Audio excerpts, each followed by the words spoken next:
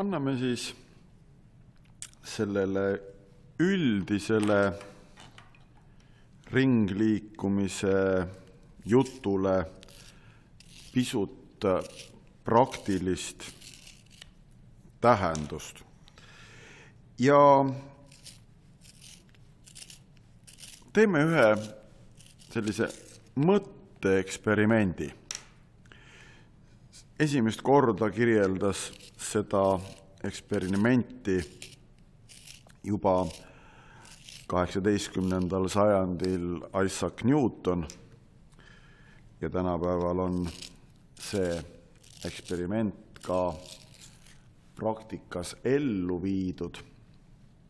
Aga ronime siis ühe hästi kõrge mäe otsa, nii kõrge, et ta ulatuks üle puude, põõsaste ja majade.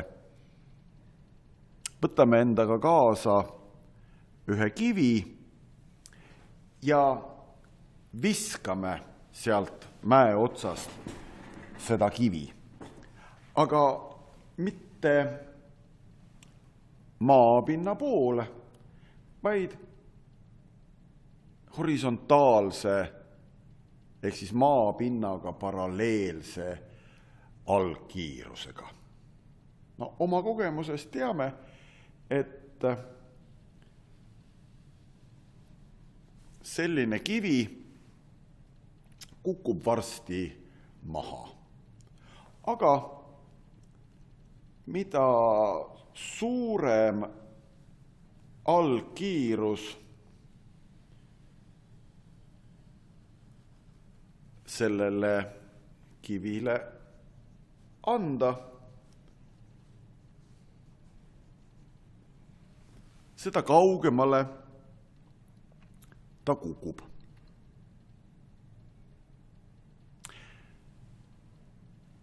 Nüüd sellel pildil on üks tõsine puudus. Newton sellist pilti küll ei oleks joonistanud ega aktsepteerinud.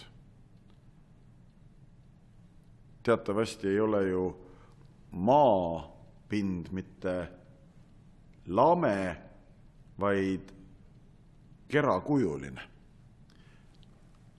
Hakkame otsast peale. Ronime ühe kõrge mäe otsa, võtame sinna kaasa kivi ja viskame seda kivi maapinna suhtes siis horisontaalsihilise algkiirusega. Ja me teame, et mida suurema algkiirusega seda kivi visata, seda kaugemale ta kukub. Aga, eks ole, mida kaugemale kivi kukub, seda kaugemale nii-öelda esialgsest läheb ka ju maapind. Ja Newtoni arvates võiks siis teoreetiliselt tekkida olukord, kus see kivi ei kukugi mitte maapinnale, vaid jääb ringjoonelisel trajektooril ümber maa tiirlema. Sellist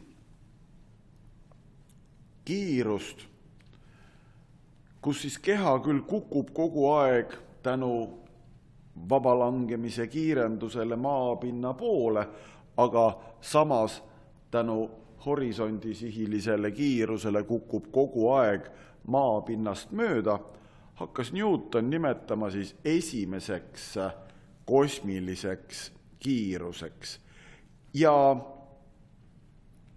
ta leidis valemi selle kiiruse arvutamiseks ja ka arvutas oma aja teadmiste kohaselt selle kiiruse välja, aga jah, loomulikult, kuna tolleaegsed teadmised maamassist, isegi maa raadiusest olid teistsugused kui praegu, siis eksis Newton oma selle esimese kosmilise kiiruse arvutamisel üsna palju. Aga täna, jah, me näeme siis seda, et maa mass on meil teada. Meil on teada maa raadius, mis on ligikaudu 6400 kilomeetrit ehk 6,4 miljonit meetrit. See G ehk siis gravitatsiooni-konstant on ju nagunii igal pool universumis ühesugune. Ja nii saame siis tänaste teadmiste juures selle esimese kosmilise kiiruse arvväärtuse välja arvutada. Ehk siis 6,7 korda 10 astmes miinus 11, 6,4 korda 10 astmes, 6,0 korda 10 astmes 24 ja jagatud siis 6,4 korda 10 astmes 6-ga. Siin võib muidugi tekkida küsimus, et miks ma ei kirjuta siia kõrguseks midagi. Aga kui me võrdleme kõige kõrgemat punkti maapinnast, mis teatavasti asub Himaalaja mäestikus ja on siis pisut vähem kui 9 kilomeetrit merepinnast, maa raadiusega, mis on 6400 kilomeetrit, siis, eks ole, see kõrgus on siis palju väiksem, kui on maa raadius ja isegi kõige kõrgemast kohast seda kivi visates, võime me oma arvutustes põhimõtteliselt jätta selle kõrguse arvesse võtmata. Aga toksime nüüd need numbrid kalkulaatorisse ja vaatame, mis siis selleks vastuseks tuleb.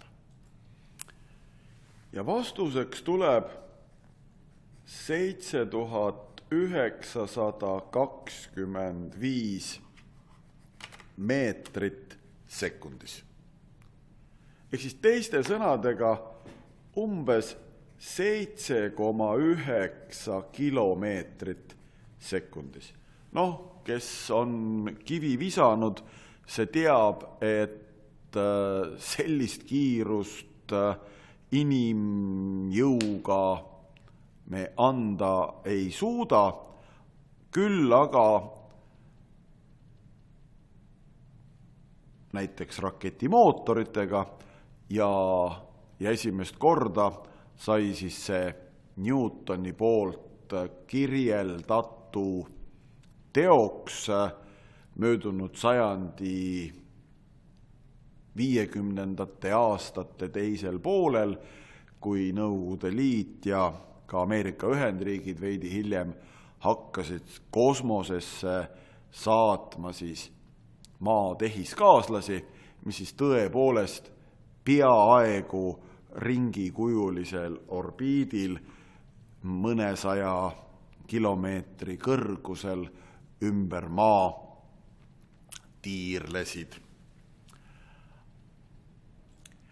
Aga kui olla nüüd väga täpne ja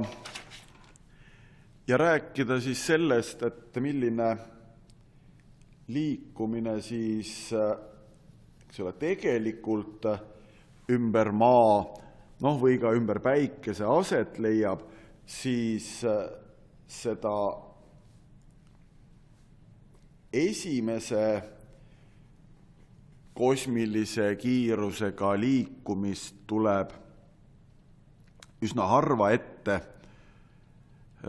Tavaliselt antakse kehadele, mis siis orbiidile saadetakse, kiirus väikese varuga ja sellise väikese varuga liikuv keha ei liigu siis enam mitte mööda ringjoont, vaid mööda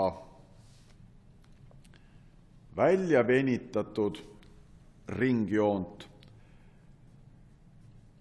ehk ellipsit ja seda kiirust nimetatakse siis teiseks kosmiliseks kiiruseks ja maa peal on siis selle teise kosmilise kiiruse väärtus suurem kui 7,9 kilomeetrit sekundis, aga väiksem kui 11,2 kilomeetrit sekundis. Ja mida suurem algkiirus siis kehale anda, algkiirus antakse ikka siis horisondi sihiline, siis seda välja venitatum on selle liikumise trajektoor. Aga mis juhtub siis, kui anda kiirus, mis on suurem kui 11,2 kilomeetrit tunnis? Siis seda kiirust, mis on siis maa puhul suurem kui 11, mitte kilomeetrit tunnis, vaid kilomeetrit sekundis, siis seda nimetatakse kolmandaks kosmiliseks kiiruseks ehk paokiiruseks ja sellise kiirusega liikuv keha ei pöördu enam maapinnale tagasi, vaid muutub siis maa tehiskaaslasest päikese omaks, sest et kui me nüüd küsime, et kui kiiresti maa ümber päikese liigub, siis seda sama valemit kasutades, aga nüüd siis, päikese massi ja päikese raadiust ja maa kaugust päikesest arvestades saame maa esimeseks kosmiliseks kiiruseks ümber päikese liikudes umbes 30 kilomeetrit sekundis. Ja selleks, kui me tahame päikesesüsteemist, välja lennata, siis me peame andma sellele kehale kiiruse, mis on suurem kui 30 kilomeetrit sekundis, ja ka selliseid kehi on inimkond siis kosmosesse saatnud. Aga nüüd näidisülesanded antud teema kohta.